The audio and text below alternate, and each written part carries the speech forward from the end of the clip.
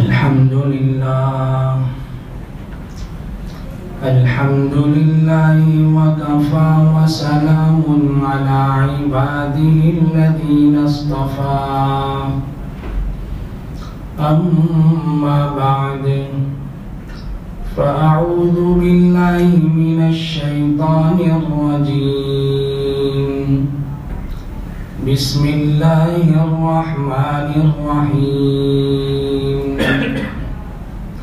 وكلوا مما رزقكم الله حلالا طيبا واتقوا الله الذي أنتم به مؤمنون صدق الله مولانا العظيم. قابل قدر بزرگوں اور میرے دینی اور ایمانی بھائیوں،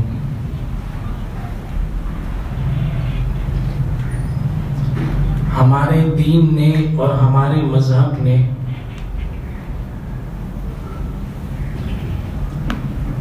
ہمیں اور اپنے ماننے والے مسلمان بندوں کو اس بات کا پابند کیا ہے کہ اس دنیا میں رہتے ہوئے اپنی روزی کے لیے اور اپنے رزق کے لیے حلال کا اہتمام کریں. دیکھو، اس دنیا کے اندر روزی حاصل کرنے اور مال حاصل کرنے کے دو طریقے رائج ہیں. ایک صحیح طریقہ ہے، جائز طریقہ ہے، اور ایک ہے ناجائز طریقہ. چونکہ دنیا کا نظام ہے، اللہ رب العزت نے دنیا کے نظام کو امتحان کی جگہ بنایا ہے، اس لیے دونوں نظام کو چلایا ہے.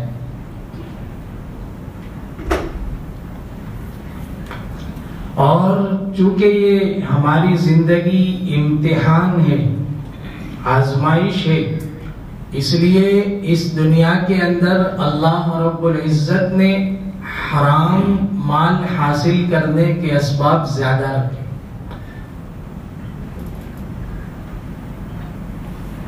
حلال کے کم رکھے. کیوں؟ اسی لیے کہ ایک مومن بندے کا امتحان ہو، ایک اللہ کو ماننے والے بندے کا اس میں آزمائش ہے کہ بھائی وہ اللہ کے حکم پر چلتا ہے یا اپنی منمانی زندگی کے راہ کو اختیار کرتا ہے. قرآن کریم کی بہت سی آیتوں کے اندر اللہ رب العزت نے اس بات کا حکم فرمایا کہ کلوا مما رزقکم اللہ حلالا طیبا، کہ پاکیزہ روزی کھایا کرو، حلال مال کھایا کرو، حرام کے قریب مت جایا کرو. حرام کے قریب جاؤ گے تو تمہاری دنیا بھی برباد ہوگی، آخرت بھی برباد ہوگی. آج ہمارے معاشرے کے اندر اہل باطل نے ہمیں حق پر سے ہٹانے کی جتنی محنتیں کی ہیں اور حق پر سے ہٹانے کے لیے جتنی چیزیں دنیا کے اندر پھیلائی ہے کہ اہل حق اور اہل اسلام اور مسلمان کا اپنے مذہب پر سے ایمان ختم ہو جائے، اپنے مذہب کے ساتھ کا عشق اور محبت ختم ہو جائے، تو اس کے سلسلے میں جتنے اسباب دنیا میں رائج کیے اور پھیلائے، اس میں ایک بہت بڑا سبب حرام مال کا پھیلانا.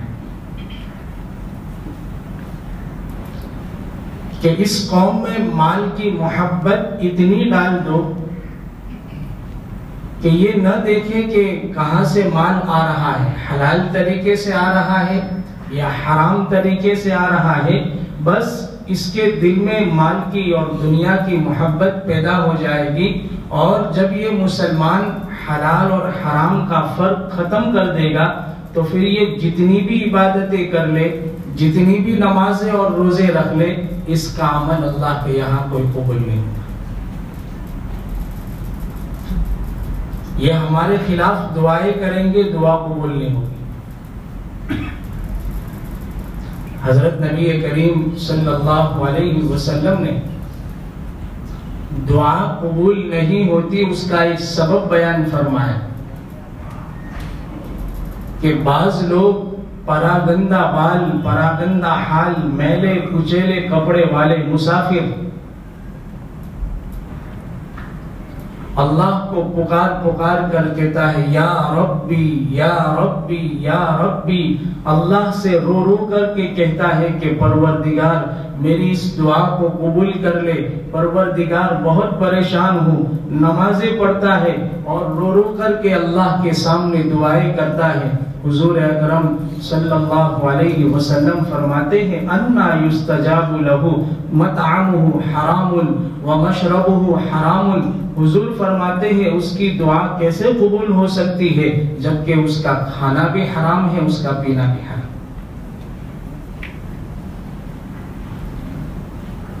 آج یہ بہت بڑی بیماری ہمارے معاشرے میں آ گئی کہ غیر مسلمان، تو ہم جس ملک میں رہتے ہیں ہم جانتے اکثریت غیر مسلمان ہیں، ہمارے معاملات، معاشرت، کاروبار میں، تجارت میں ان غیر مسلموں سے روزانہ پیش آتے ہیں۔ اب چونکہ اس قوم میں تو کوئی حلال حرام ہے نہیں، یہ تو سود کو بھی حلال کہتے ہیں، رشوت کو بھی حلال کہتے ہیں، اور جس طریقے سے مال آیا بس مال حلال ہے۔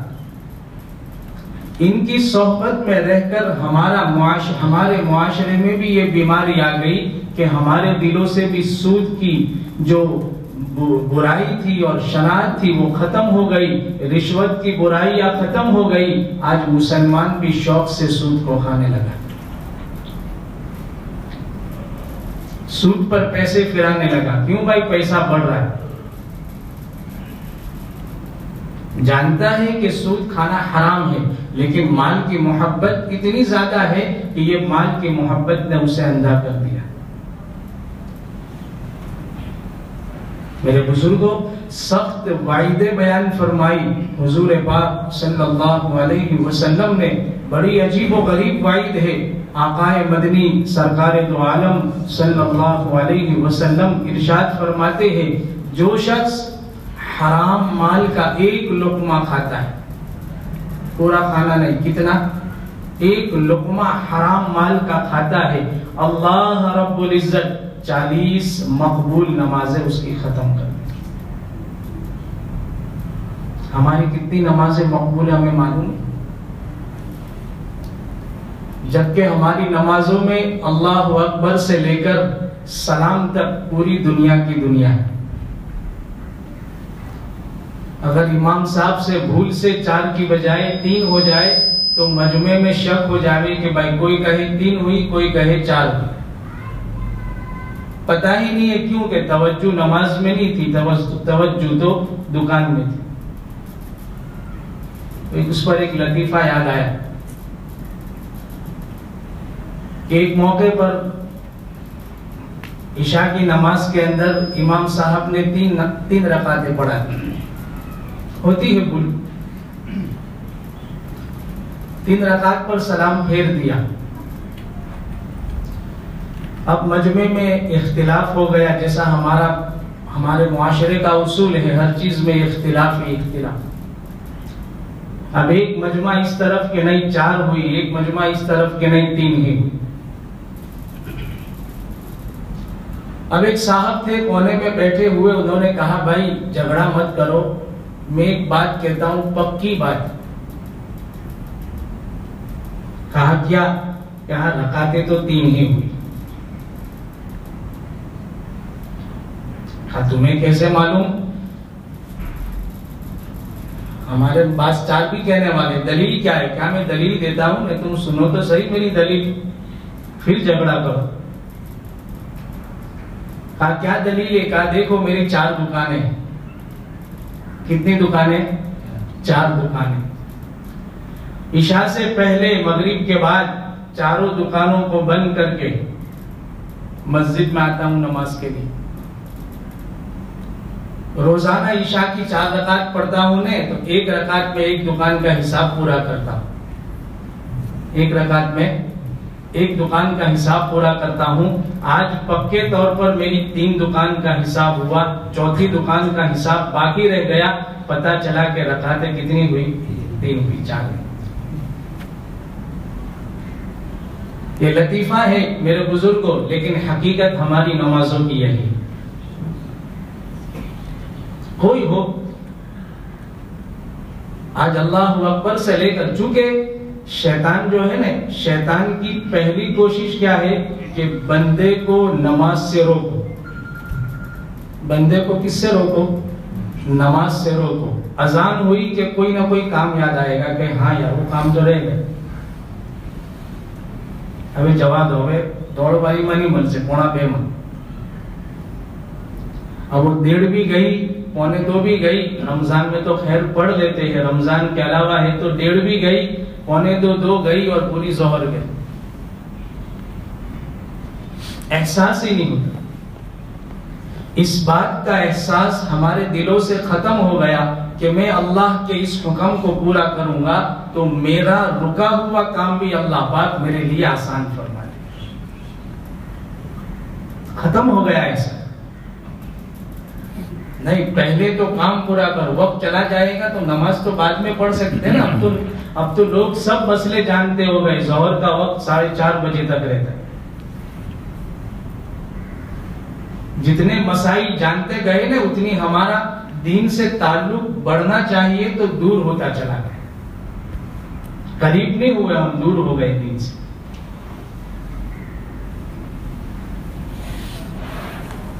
تو شیطان پہلے کوشش تو یہ کرتا ہے کہ نماز سے روکو، لیکن جب نماز پڑھنے آئی گیا یہ دل پر پتھر رکھ کر، اب شیطان کا کام تو ہے نا لَأُغْوِيَنَّهُمْ أَجْمَعِينَ کہ بہکاؤں گا میں. اللہ سے وعدہ کیا ہے قیامت تک میں اپنے کام میں سستی نہیں کروں گا، میں تو بہکاؤں گا.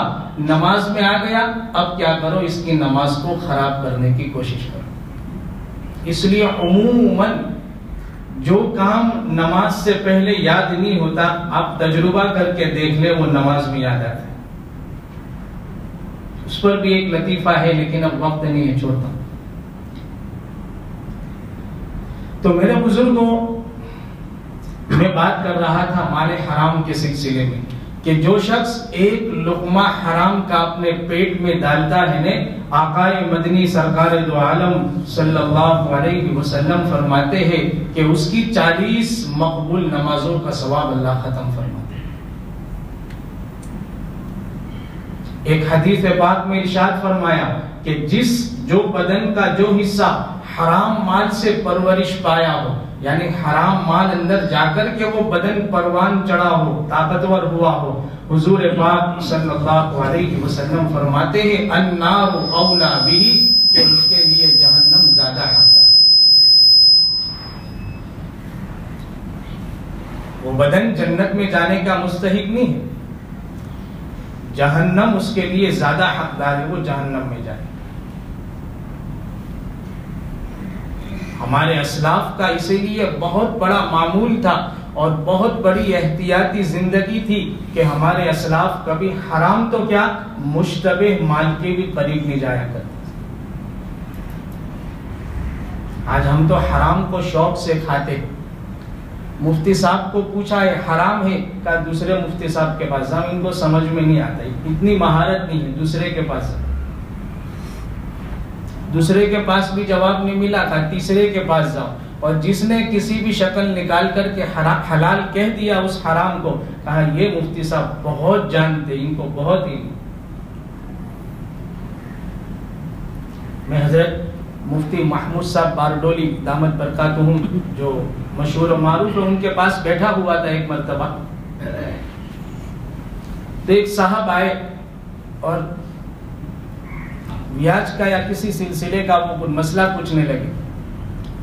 تو اس شکل سے پوچھا، میں وہاں بیٹھا تھا، مفتی صاحب نے کہا حرام، کہا اس کو ایسا کرے تو کہا وہ بھی حرام۔ پھر تیسری مرتبہ پوچھا تو مفتی صاحب نے کہا بھائی سود حرام ہے جس شکل سے بھی کھاؤ، اب آگے مجھ سے سوال مت کریں۔ کہا پھر ہم سے کہا کہ لوگ کیا ہے پوچھتے ہیں کہ بھائی کسی بھی اب ہے تو وہی حرام کبھی حلال ہونے والا ہے، بھائی پاخانہ تو پاخانہ ہی ہے نا، گندا کبھی کیا ہے اچھا ہو سکتا ہے؟ اب اس پہ تم کیا ہے اچھا کوئی کیا کرو، اس پہ کور چڑھا دو پاخانے پہ اور ڈبے میں ڈال دو اور کیا دو اس کو مٹھائی کا، تو مٹھائی ہونے والی ہے؟ کچھ نہیں ہونے والی، وہ تو گندگی ہے، وہ گندگی ہے۔ حرام وہ حرام ہے، وہ کبھی حلال نہیں ہونے والی۔ اس کی نحوست اتنی زیادہ ہے میرے بزرگوں کہ اگر کوئی نیک انسان عالم بھی ہو اور مستجاب الدعوات بھی ہو، اگر اس کے پیٹ میں حرام کا لقمہ چلا گیا نہیں تو اس کی دعا کی قبولیت کا اثر اللہ پاک ختم فرما دے۔ حجاج بن یوسف کا واقعہ ہے نا، فضائل رمضان میں یہ تعلیم میں آئے گا۔ مستجاب الدعوات لوگوں کی جماعت تھی کہ جو مانگتے، مستجاب الدعوات کس کو کہتے ہیں؟ ہاتھ اٹھا دو، مانگ لیا، بس آ گیا اللہ پاک کی طرف سے۔ حجاج بن یوسف بڑا ظالم بادشاہ تھا، اسے معلوم تھا کہ میں جو کام کرتا ہوں ظلم ہے، گناہ ہے، کسی کو پسند نہیں، لیکن تھا راجہ صاحب حکومت تھی جیسے آج کل چل رہی۔ اب اسے ڈر لگا، کسے ڈر لگا کہ یہ جو جماعت ہے نا مسجد میں بیٹھی ہوئی ذاکرین کی، اس جماعت سے ڈر لگتا ہے، اگر اس جماعت نے ہاتھ اٹھا لیے اللہ کے سامنے اور میرے خلاف بد دعا کر دی تو میں کہیں کا نہیں رہوں، اس کا کوئی راستہ اختیار کروں۔ جانتا تو وہ بھی تھا کہ راستہ تو کیا ہے، کہ حرام کی روزی ان کے پیٹ میں ڈالنی چاہیے۔ دعوت کی بہت بڑی دعوت ہے اور اس دعوت میں حرام کا مان رکھا، ان جماعت سے نہیں کہا، ان جو علماء کی اور اللہ کے نیک بندوں کتب و ابدال کی جماعت تھی ان سے نہیں کہا، ان کو دعوت پہ بلایا اور دعوت کا کھانا کھلایا۔ جب کھانے سے فارغ ہوئے نا، ابھی تو دسترخوان پر تھے، اور حجاج بن یوسف بولا کہ اب میں ان کی بد دعا سے بچ گیا۔ لوگوں نے پوچھا کیوں بھائی؟ کہا ان کے پیٹ میں نے حرام کا لقمہ ڈال دیا۔ ان کو گناہ نہیں ہوگا اس لیے کہ انہیں معلوم نہیں تھا، لیکن حرام کا اثر یہ ہے میرے بزرگوں کہ نہ معلوم ہوتے ہوئے بھی اگر حرام پیٹ میں جائے گا نے تو دعا کی قبولیت کی جو تاثیر ہے اور اللہ سے قرب کی جو تاثیر ہے وہ بندے کی ختم ہو جاتی ہے۔ پھر بندہ لاکھ اللہ کے سامنے روتا رہے، دعائیں مانگتا رہے، اللہ پاک اس کی دعا کو قبول نہیں فرماتا۔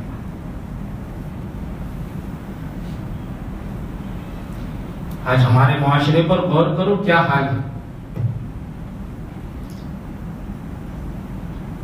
تجارت کی ناجائز شکلیں رائج ہیں، سود پر پیسہ پھیلایا جا رہا ہے، فکس ڈپوزٹ میں رکھ کر پیسہ وصول کیا جا رہا ہے، اور وہ بیمہ کیا کہتے ہیں، اس میں انسان پیسے رکھ کر اپنے مستقبل کا سوچتا ہے، 50 سال کے بعد میری اولاد کو کام آئے گا، پتہ نہیں اللہ پاک کے پاس سے 50 سال کی زندگی کا سرٹیفکیٹ یہ لے کر آئے۔ اسلام اس بات کی اجازت نہیں دیتا۔ حضرت ابوبکر صدیق رضی اللہ تعالیٰ عنہ کی احتیاط کا واقعہ یاد آیا۔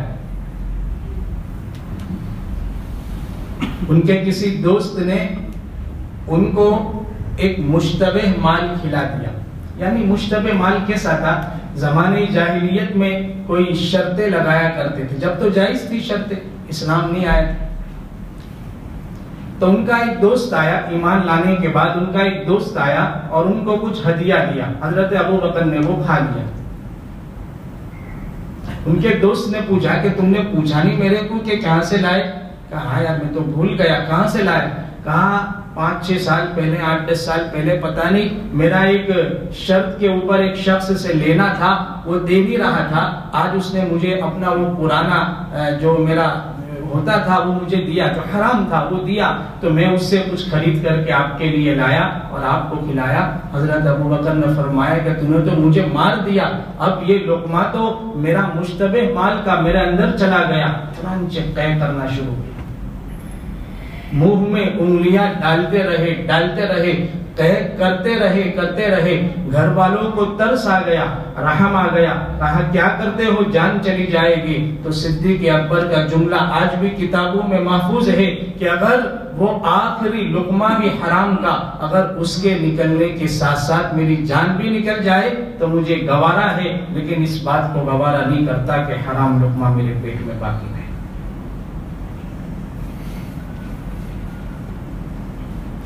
آج ہے ہماری ایسی احتیاط والی زندگی؟ امام اعظم ابو حنیفہ رحمت اللہ علیہ، جن کے مسلک کے ہم کیا ہے پیرو ہے، جن کے مسلک پر چلنے والے، ہم حنفی ہیں نا۔ امام اعظم ابو حنیفہ کا تقوی اور حرام مال سے بچنے کا اہتمام کیا تھا؟ لوگ اعتراض کرتے امام اعظم پر، ارے امام اعظم تو وہ امام ہے جن کی خوشخبری زبان نبوت نے صحابہ کے سامنے عطا فرمائی۔ کس منہ سے امام اعظم پر اعتراض کرتے ہو کہ انہیں 17 حدیثیں یاد تھی؟ امام اعظم کے علم کو دیکھ کر امام مالک نے مدینہ منورہ میں فرمایا تھا، حج کے موقع پر کہا کہ کسی نے امام اعظم سے ملاقات ہوئی امام مالک کی، اور جب الگ ہوئے تو کسی نے پوچھا امام مالک سے کیسے پایا، کیف وجدت ابا حنیفہ، تم نے ابو حنیفہ کو کیسے پایا؟ کہا اس کا علم ایسا ہے کہ اگر وہ اس ستون کو سونے کا کہے تو اپنے دلیل سے وہ ثابت کر کے بتا دے، اس کا علم اتنا بڑا۔ امام اعظم رحمت اللہ علیہ جب کوفہ میں رہتے تھے تو ایک مرتبہ لوٹیروں کی جماعت ہوتی ہے، کچھ بکریاں وہ لوٹ کر یعنی چوری کر کے لائے، 50 60 70 بکریاں، اور کوفہ کے بازار میں انہوں نے لا کر کے بیچ دی۔ کہیں سے لائے تھے، بات مشہور ہوئی کہ بھائی لوٹیروں کی ایک جماعت نے کوفہ میں چوری کی بکریاں چلا دی۔ امام صاحب کو پتا چلا، کہا اب کیا کرے؟ تو اپنے خادم کو حکم دے دیا کہ آئندہ کل سے بکری کا گوشت بند، اب گوشت ہمارے گھر میں نہیں آئے گا۔ کہا کیوں؟ کہا پتا نہیں کہ مارکیٹ میں بہت سی حلال بکریاں ہوگی، اس سے کوئی انکار نہیں، لیکن ممکن ہے تم جس بکری اور بکرے کا گوشت خرید کر کے لائے ہو، ممکن ہے یہ وہی چوری کی بکری، حالانکہ اپنے پیسے سے خرید رہے تو حلال ہے، لیکن احتیاط دیکھو، مشتبہ مال میں نے کہا حرام تو نہیں ہو سکتا، لیکن مشتبہ مال ہے کہ ہو سکتا ہے وہ کسی کی چوری کی ہوئی بکری ہو اور میرے پیٹ میں مشتبہ مال چلا جائے، میں اسے گوارا نہیں کرتا، بکری کا گوشت نہ کھاؤں گا، نہ کھانا کوئی گناہ نہیں ہے بکرے کا گوشت، کل سے بند۔ کہا پہلے کھاٹکی اور قریشی لوگوں سے پوچھا کہ بکرے کی عمر کتنی ہوتی ہے؟ کہا 7 سال عموماً ہوتی ہے۔ امام اعظم کے خادم فرماتے ہیں کہ اس واقعے کے بعد امام اعظم رحمت اللہ علیہ کے گھر میں 7 سال تک بکرے کا گوشت نہیں کھایا گیا، نہیں آئے گا بکرے، ختم۔ اتنا احتیاط۔ اس کے بعد ایک واقعہ اور لکھا ہے اسی کے ساتھ کا، کہ امام اعظم کو پتا چل گیا کہ کسی نے بکرے کا گوشت خریدا اور اسے پتا چلا تو اس نے سمندر میں ڈال دیا۔ کہاں ڈال دیا؟ سمندر میں ڈال دیا۔ امام اعظم ابو حنیفہ رحمت اللہ علیہ کو اس بات کا علم ہوا، فرمایا آئندہ کل سے مچھلی بھی بند۔ ہو سکتا ہے جس مچھلی کو ہم خرید کر کھائے اس میں اس حرام اور مشتبہ بکری کا، چوری کی ہوئی بکری کا گوشت اس کے پیٹ میں گیا ہو، کل سے مچھلی بھی نہیں کھائیں گے۔ فرمایا مچھلی والوں سے پوچھا، جو مچھیرے ہوتے ہیں شکار کرنے والے، انہوں نے غالباً 2 سال 3 سال بتایا، تو ان کے خادم فرماتے ہیں کہ 3 سال تک امام اعظم نے مچھلی تک بھی نہیں، حالانکہ کوفہ میں مچھلیاں بہت ہوتی تھی، سمندر۔ یہ ہمارے اسلاف کا احتیاط تھا. آج ہم کہاں ہیں؟ آج ہم کہاں ہیں؟ پھر ہمیں شکایت ہے اللہ سے کہ اللہ ہماری دعا کو قبول نہیں فرماتے. ہمیں شکایت ہے نمازوں میں دن نہیں لگتا. قرآن کیا کہتا ہے؟ یا ایھا الذین آمنوا کلوا من الطیبات واعملوا صالحا.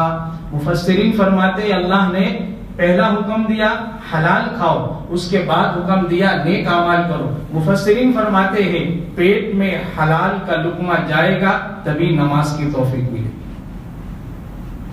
تبھی روزے کی توفیق ملے گی، تبھی ذکر و اذکار کی اور نیک اعمال کی توفیق ملے گی. حرام کا لقمہ کھانے کے بعد اس کی توفیق نہیں مل سکتی.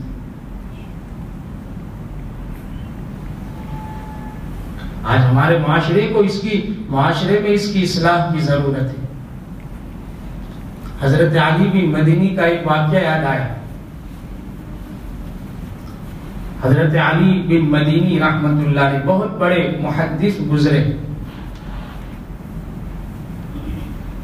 وہ فرماتے ہیں کہ میرے والد صاحب کا انتقال ہوا، انتقال کے بعد دفن ہو گئے تو میں روزانہ صبح میں والد صاحب کی قبر پر جایا کرتا تھا ایصال ثواب کے لیے، پڑھنے کے لیے. ایک مرتبہ میں رمضان کے مہینے میں گیا تو مجھے قبر سے آواز آئی صبح کے وقت.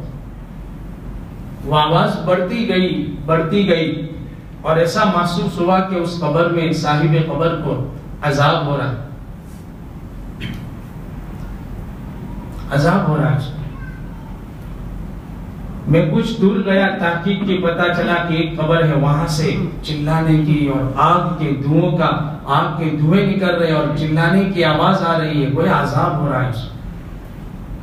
اب میں تو سمجھ نہیں سکا. محلے میں گیا، بستی میں گیا، 2-4 کو پکڑ کر کے لایا. کہا کس کی قبر؟ کسی کو پتا نہیں تھا. 2-4 8-10 میں سے ایک کو پتا تھا. اس نے کہا یہ تو فلانے صاحب کی قبر. کہا کون ہے؟ کہا یہ تو بہت بڑے نیک انسان تھے، تہجد گزار تھے. یہ اللہ اکبر. اشراق کے بھی پابند، اوابین کے بھی پابند، قرآن کی تلاوت کے بھی پابند، تسبیح تو کبھی ہاتھ میں سے جاتی نہیں تھی، اتنے پابند. سمجھ میں نہیں آتا ان کو عذاب کیسے ہو گئے. کہا گھر والوں سے پوچھو. گھر میں گئے، اب گھر میں گئے تو کوئی نہیں تھا، اکیلے ہی تھے، انتقال کر گیا. پڑوسیوں سے پوچھا تو پڑوسیوں نے ایک بات بتائی کہ اصل میں ان کا بہت بڑا بزنس تھا، بہت بڑا بزنس تھا، ان کا کاروبار تھا. ان کا لڑکا تھا، وہ لڑکا غالباً 2 لڑکے تھے یا ایک لڑکا تھا. ان کے لڑکے جو تھے وہ ان کا بزنس سنبھالتے تھے اور کاروبار کرتے تھے. کہا کہ کچھ وقت پہلے ان کے لڑکوں کا انتقال ہو گیا. اب چونکہ یہ تو ضعیف تھے، بوڑھے تھے، کاروبار سنبھال سکے ایسے نہیں تھے، تو انہوں نے کیا کیا، اپنا پورا کاروبار بند کر دیا، ختم کر دیا، اور جو بھی پونجی آئی اسے مارکیٹ میں سود پر پھرانے لگے. بیٹھی آوک، آرام کی روزی. کس کی روزی؟ آرام کی روزی ہے کہ بھائی حرام مال سے گھر بناتے ہیں اور اس پہ لکھتے کیا ہے، ھذا من فضل ربی، میرے رب کا بہت بڑا فضل ہوا کہ مجھے مکان دیا. ارے یہ ھذا من فضل نہیں ہے، ھذا من غضب ربی. اس مکان کا جواب کل قیامت میں دینا پڑے گا تو کیا جواب دے؟ انہوں نے مارکیٹ میں پیسے پھرائے سود کے اوپر اور سود کی آمدنی کو جاری کر دیا اور بیٹھے بیٹھے تہجد بھی پڑھتے رہے، اشراق بھی پڑھتے رہے. حضرت علی بن مدینی عالم تھے، محدث تھے. ان کو بتایا کہ دیکھو حرام کے لقمے نے ان کے قبر کے اندر عذاب کو شروع کر دیا. نہ تہجد کام آئی، نہ اوابین کام آئی. میرے بزرگ کو یاد رکھنا، حرام مال سے بچنا، ایک حرام کے روپیے سے بچ جانا ہزاروں تہجد سے اور ہزاروں اوابین سے افضل. اپنے آپ کو بچاؤ. معاشرے کے ساتھ ساتھ مت چلو، اور ہمارے ساتھ رہنے والی ان غیر قوموں کے شانہ بشانہ مت چلو، ان کو اللہ کے یہاں جواب نہیں ہے، ہمیں تو اپنی زندگی کا حساب کتاب دینا ہے۔ من این اکتسبہ وفیما انفقہ، جو 5 سوال ہوں گے نا، بالکل پل صراط پر کھڑے رکھ کر اللہ پاک سوال فرمائیں گے، اس میں ایک سوال یہ ہوگا، مال کہاں سے حاصل کیا، جواب دو ہمیں۔ حضرت عمر بن عبدالعزیز رحمت اللہ علیہ کی زندگی کے حالات پڑھو، جب بادشاہ بنائے گئے نے، بادشاہ اور امیر گورنر بنائے گئے نے، اپنے خود کے کپڑے بھی حضرت نے کبھی نہیں سلوائے۔ حالانکہ ان کی جو اہلیہ تھی حضرت فاطمہ، وہ عبد الملک بن مروان بادشاہ تھا، اس بادشاہ کی بیٹی تھی، لیکن جب گورنر بنائے گئے تو اپنی بہلیہ، اپنی بیوی فاطمہ بنت عبد الملک سے کہا کہ دیکھو، اب تک تو بہت عیش کے ساتھ زندگی گزاری، اب عمر کے خزانے میں سے اور عمر کے مال میں سے تجھے کوئی روپیہ نہیں ملے گا، تجھے چاہے تو میرے ساتھ رہنا ہے رہ، چاہے تو اپنے گھر چلی جا، اب یہ مال عمر کا نہیں ہے، یہ مال تو عوام کا ہے۔ ان کے حالات میں لکھا ہے، وقت کا گورنر ہے۔ گورنر کس کو کہتے ہیں؟ ہمارے سورت کا میئر جو ہے نا، اس سے بھی بڑا، وقت کا گورنر ہے۔ عید کا دن ہے، عید کا ایک دن باقی ہے، رمضان کی آخری روزہ ہے، اور ان کی بیوی ان سے کہتی ہے کہ یا امیر المومنین، مسلمانوں کے بادشاہ، تمہیں معلوم نہیں ہے کہ ہماری بچیاں، عید قریب ہے، محلے کے ہر بچیوں نے اور بچوں نے نئے نئے کپڑے خرید لیے، لیکن ہماری بچیوں کے کپڑے نہیں آئے، بچیاں شوق کر رہی ہے۔ حضرت عمر ابن عبدالعزیز اپنی بیوی فاطمہ سے کہنے لگے کہ تھوڑا صبر کر لے۔ عمر کی ہمت نہیں ہوتی کہ بیت المال میں سے پیسہ لے کر اپنی بیٹیوں کو کپڑے دلائیں۔ بیٹیاں نئے کپڑے نہیں پہنے گی، یہ گوارا ہے، عید ہو جائے گی پرانے کپڑے میں، لیکن عمر کو کل اللہ کے دربار میں جواب دینا پڑے گا، یہ منظور نہیں۔ میرے بزرگوں، ہم کتنے پیچھے چلے آئے اپنے اسلاف سے، ہم کہاں چلے گئے؟ خدا را اپنے آپ پر رحم کرے، اپنی زندگی کے مال کو ٹٹولے اور اپنے اسباب روزی کو ٹٹولے کہ کون سا سبب اختیار کیے ہوئے ہوں، اور پھر غور کرے کہ بھائی اللہ سے دعا بھی کرے، کوشش بھی کرے، حرام کے دروازے کو بند کرنے کی کوشش کرے، حلال روزی کو حاصل کرنے کی کوشش کرے۔ اللہ کے اس گھر میں بیٹھ کر کہتا ہوں، حلال روزی کو حاصل کرنے کی کوشش کرو گے، اللہ پاک کبھی تمہیں نامراد نہیں کرے گا، اللہ برکت دیں گے۔ ورنہ ہم نے ایسے لوگوں کو دیکھا ہے جن کا کاروبار کچھ حرام تھا، لیکن ہسپتالوں میں اتنے روپے گئے کہ وہ خون کے آنسو رو رہے، خون کے آنسو رو رہے، جن کا حرام پر سب کچھ چلتا ہے۔ اللہ ہم سب کی حفاظت فرمائے، اللہ ہماری اولاد کی حفاظت فرمائے۔ جو اولاد نافرمان ہو رہی ہے، اس کا ایک سبب یہ ہے کہ اولاد کے پیٹ میں بھی ماں باپ حرام ہے۔ رمضان کی فضیلت آپ نے سنا ہوگا تعلیم میں، یا کہیں لکھا ہوگا کہ حضور اکرم صلی اللہ علیہ وسلم فرماتے ہیں کہ بھائی ایک شخص پورا دن روزہ رکھتا ہے، بھوکا پیاسا رہتا ہے، لیکن ایسے شخص کا پورا دن کا بھوکا پیاسا رکھنا بیکار ہے۔ کہا کس کا؟ کہا کہ جو پورا دن بھوکا رہا، روزہ رکھا، لیکن افطار حرام مال سے کرا، جتنا ثواب ملنا تھا حرام مال کے کھانے کا وبال اتنا زیادہ ہو گیا، ثواب تو سائڈ پر رہا اور حرام مال کی وجہ سے جہنم کا مستحق بنا۔ اللہ رب العزت ہم سب کی حفاظت فرمائے، اللہ ہماری اولاد کی نسلوں کی حفاظت فرمائے، حلال طیب مال حاصل کرنے کی، کھانے کی ہم سب کو توفیق بھی نصیب فرمائے، اور اللہ ہم سب کے لیے حلال کے وسیع کشادہ دروازوں کو کھول دے۔ نیت کرو گے انشاءاللہ اللہ پاک راہوں کو آسان فرمائے گا۔ آمین وآخر دعوانا الحمدللہ۔ درود شریف پڑھ لیں۔ اللہم صلی علی سیدنا محمد۔ اللهم لك الحمد كله ولك الشكر كله وإليك يرجع الأمر كله بيدك الخير كله إنك على كل شيء قدير اللهم صل على سيدنا محمد وعلى آل سيدنا محمد وبارك وسلم. ربنا آتنا في الدنيا حسنة وفي الآخرة حسنة وقنا عذاب النار. الہ العالمین ہمارے گناہوں کو معاف فرما. اللہ بڑے گنہگار ہے، خطا کار ہے، سیاہ کار ہے. مولا کریم سر کے بال سے لے کر پیر کے ناخن تک پورا بدن گناہوں میں ڈوبا ہوا ہے.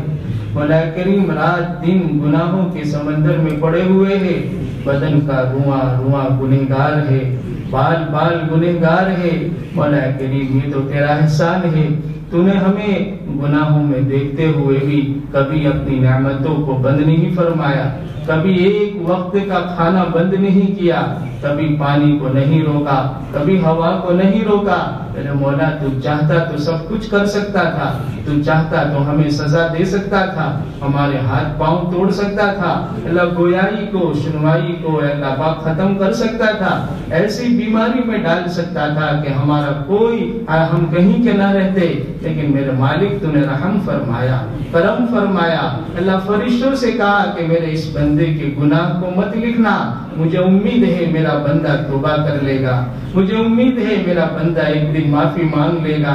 اے میرے مولا بے شک تجھ سے بڑا رحیم تو کوئی نہیں ہے، تجھ سے بڑا رحمان تو کوئی نہیں ہے.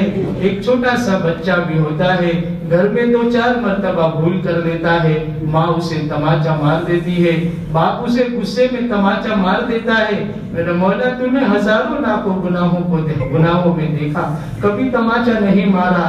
میرے مالک ہم تو تیرے تماچے کے کیا، تیری ایک چھوٹی سی مصیبت میں بھی ہلاک ہو جاتے. اللہ تو چاہتا تو چھوٹے سے حالات ڈال کر ہمیں پریشان کر دیتا. میرے مولا تو نے نہیں کیا.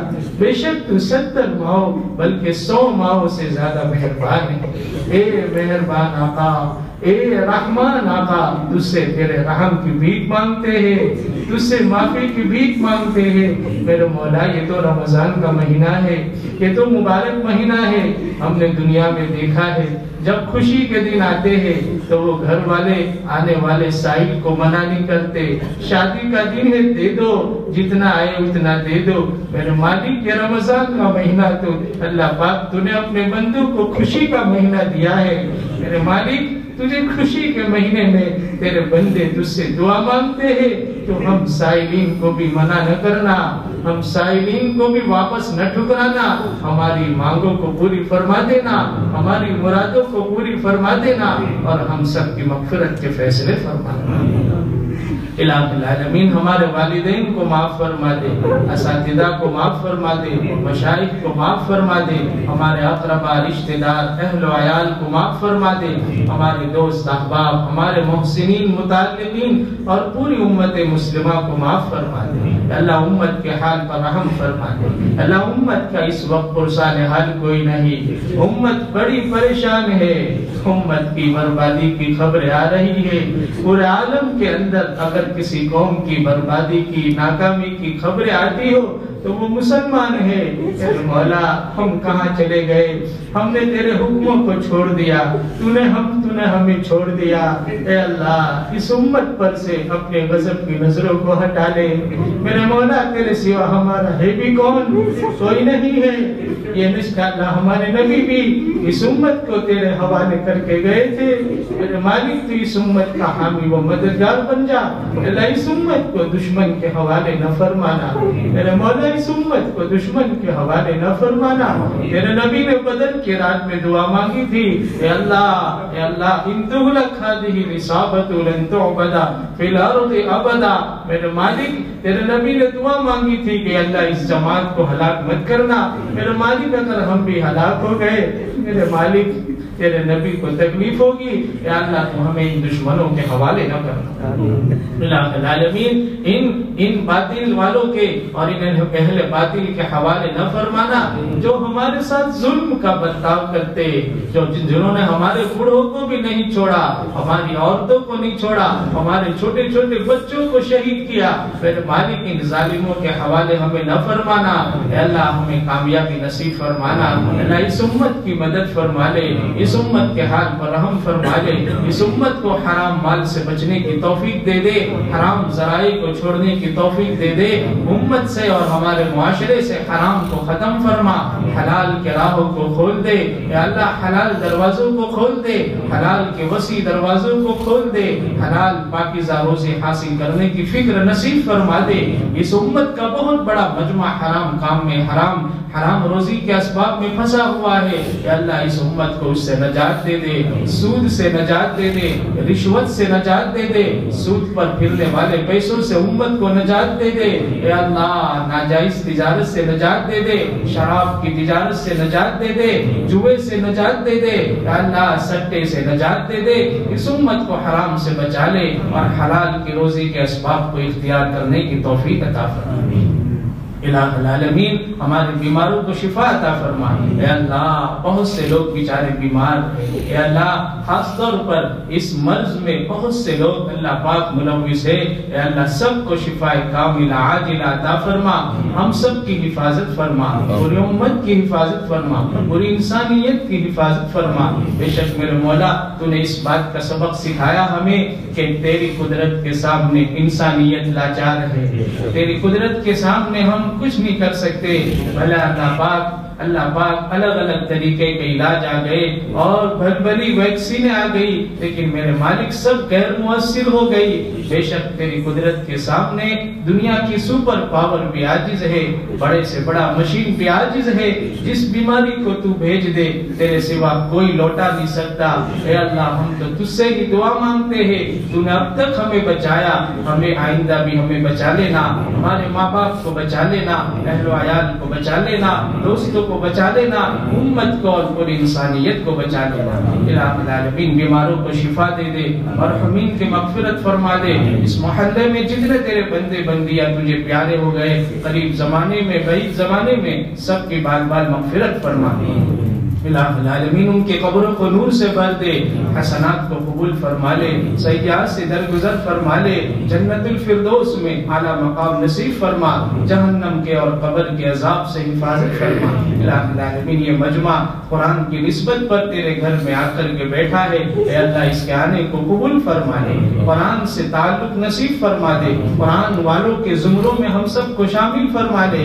ہم بھی میرے مالک بولنے کے مستحق نہیں ہے، تیرا شکر ہے تو نے نوازا ہے، اے اللہ بولنے کو قبول فرما، سننے کو قبول فرما، تیری نعمتوں کی شکر گزاری کی توفیق عطا فرما، ناقدری سے حفاظت فرما، اے اللہ قرآن والوں کی جماعت میں شامل فرما۔